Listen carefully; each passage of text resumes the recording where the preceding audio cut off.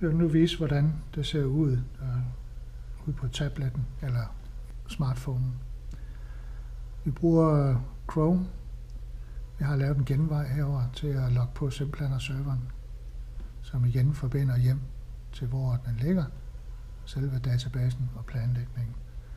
Jeg har mit brugernavn med adgangskode, jeg siger OK.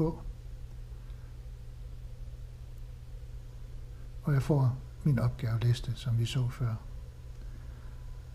De er grå, de to øverste. Det betyder, at de er klare. Han må tage dem, når han vil. Jeg har noget ferie hernede. Jeg kan se på mandag har jeg ferie, som jeg har bestilt. Og der er måske en bemærkning fra kontoret til mig. Ellers så går jeg op, og så tager jeg den øverste opgave.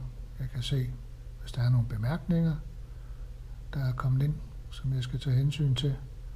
Der kan være selvfølgelig adresse og så videre. Jeg går ind og så siger, den tager jeg. Den bliver grøn, og nu er den også blevet grøn hjemme på kontoret, så vi kan se, at Ralf han har taget opgaven.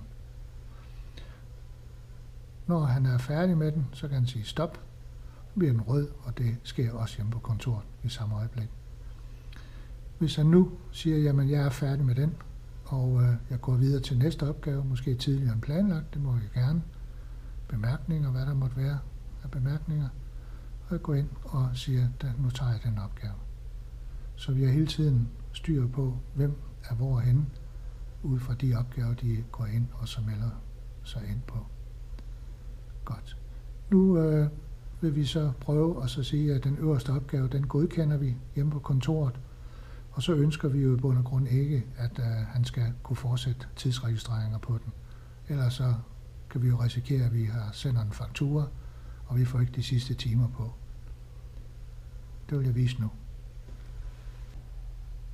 Hjemme på kontoret er der nu sket det, at vi har godkendt den øverste opgave, der er blevet stoppet. Den kunne også have været afmeldt. Og jeg går ind her. Den vil normalt automatisk blive opdateret med passende mellemrum, men ellers kan jeg tvinge op selve opdateringen igennem. Og her vil man se, næste gang man kigger på sin liste, eller man opdaterer, jamen så findes den opgave ikke, som jeg fik afmeldt. Så nu har jeg kun den her tilbage.